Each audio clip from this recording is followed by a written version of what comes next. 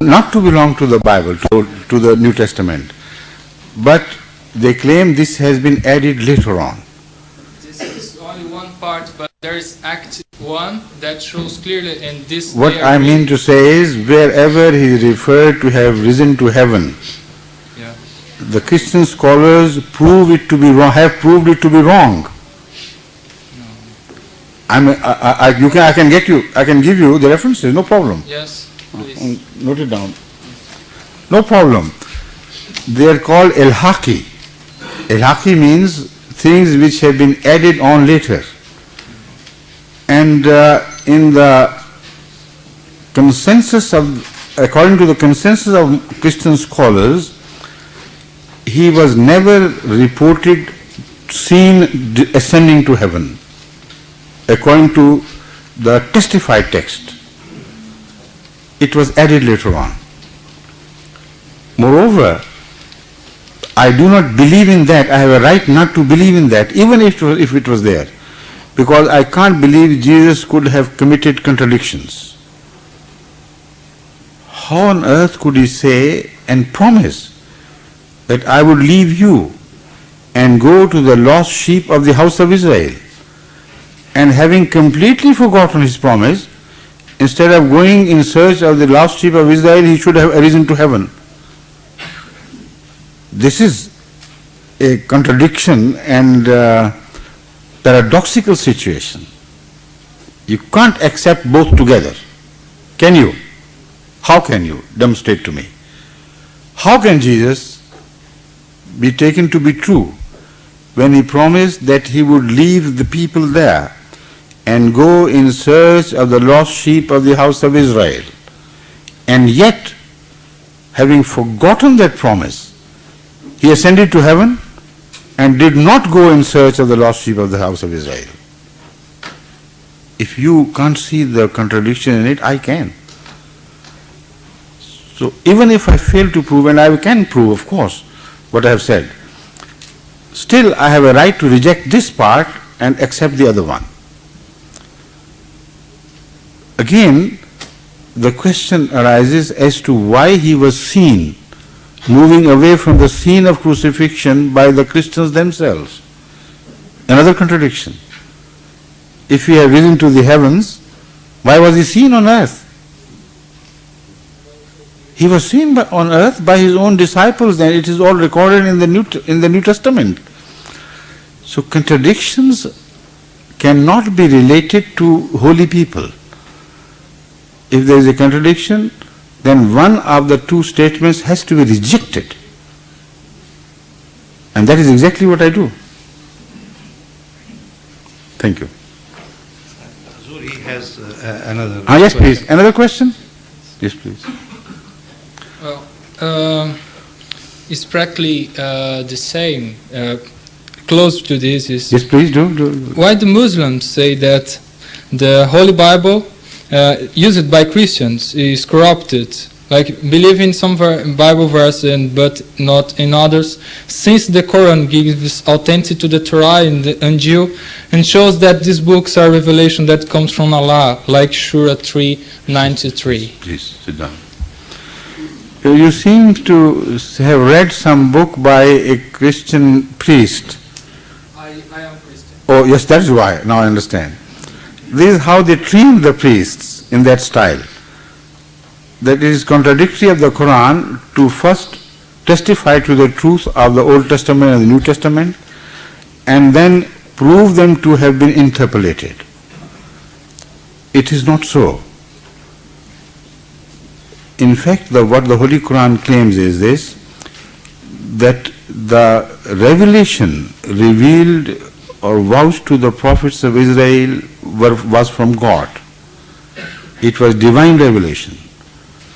But later on, people interpolated and changed the teachings. So the contradictions in the teachings which you see are not God-made, but man-made. So in the Holy Quran defends the truth of the Bible rather than offends. The Holy Quran does not disprove the truth of the Bible. What it claims is simply this, that most certainly God spoke to Moses and Jesus and all the other prophets before and after them. But humans changed and interpolated until the teachings were split into such factions and sections as became contradictory to each other. If you read the New Testament from this purpose, you will find many contradictions between one book and the other. But they are not God-made contradictions, they are human. So if you want a fuller list of such contradictions, which have now been also admitted by the Christian scholars themselves, then you will understand the meaning of the Quran, that it is a good divine book, yet it has been changed. But remember that the prophecies, until they are fulfilled, are not permitted to be changed. Because if they were permitted to be changed, then nobody would see the sign of truth of a prophet through prophecies. So that is why the prophecies about Jesus Christ were retained intact, and they were not permitted to be changed by the people of Israel, by God. That is why he referred to those prophecies, and they were still there. But I am talking of the other area of general teachings, which people change to their own advantages. And that is why you see so much of differences of what Bible meant, not only among the Christians but also among the Jews. Why there are so many sects?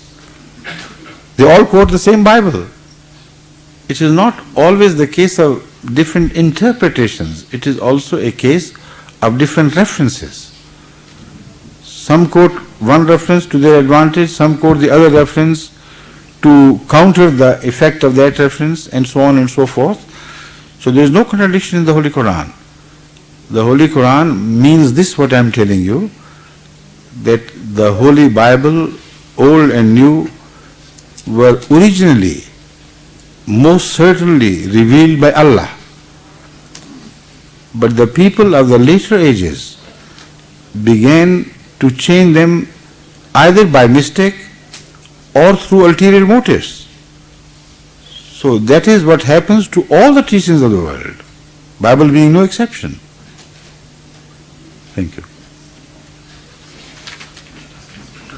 Hazur, he had... references here. You said this is what it says. You know the Quran command here. Noted.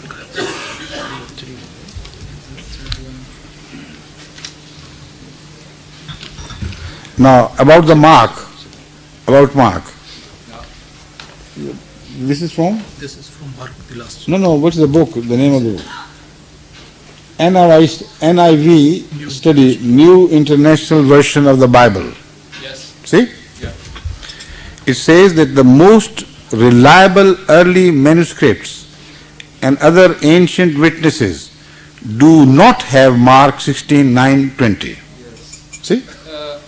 Could I just say, this is in my Bible as well. It's right, and you can see that we Christians recognize this.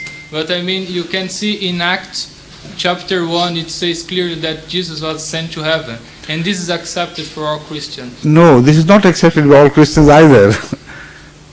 This is where we can have another discussion if you come to me later on. Okay? I can prove to you that it's not what is believed by all the Christians. And why not? What is wrong with that statement? I'll prove it to you. Right? This verse is one exception. What I'm saying is, this is not the time to yeah, to go into a detailed debate on this issue, but I invite you to meet me again, and if you want this discussion to be held on television, I'll invite you there. I don't want anything to be hidden from the rest of the world. Like this question answer session will be televised, so we'll note it down, and also bring the reference. We'll invite you to a to a discussion in a smaller group. where such detailed discussions are possible.